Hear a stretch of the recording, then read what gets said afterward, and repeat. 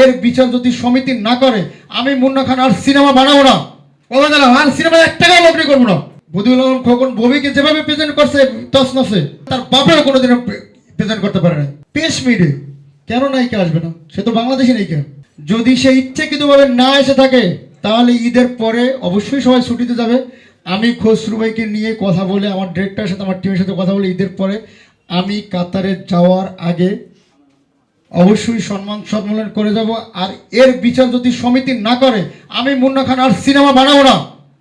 আর cinema 1 টাকাও লগ্নি করবো না। এর বিচার যদি সমিতি না করে আমি 1 টাকাও লগ্নি করবো না। 1 টাকাও লগ্নি করবো না সিনেমায়, আমি কথা দিয়ে গেলাম। অবশ্যই যদি আমার 4 কোটি টাকা তার জন্য লস হয়ে থাকে, সে কোনো প্রমোশনে আসবে না, সে কি আমার কাছে কোনো টাকা পাবে? আমি কি তাকে অসম্মান করছি? যদি আমার সমিতি বিচার না করে আমি 1 টাকাও লগ্নি করবো না এই সিনেমায়।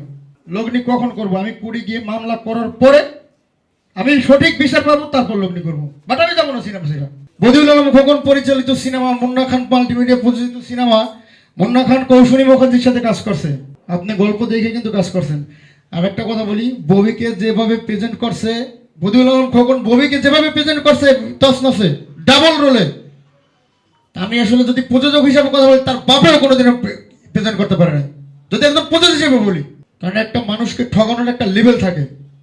আচ্ছা, আমি এসব কথা বলতে চাই না, ম্যাডামের অ্যাক্সিডেন্ট হতে পারে, সরি।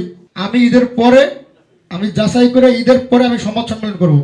সংবাদ সম্মেলন করার পরে আমি মামলা করব। শিল্পী সমিতিতে, প্রযোজক সমিতি, আমি তো আজকেই লিখিত দরখাস্ত দিয়ে যাবো। যেহেতু আগামীকাল থেকে বন্ধ, আমি জানি তারা কিছু করতে পারবে না।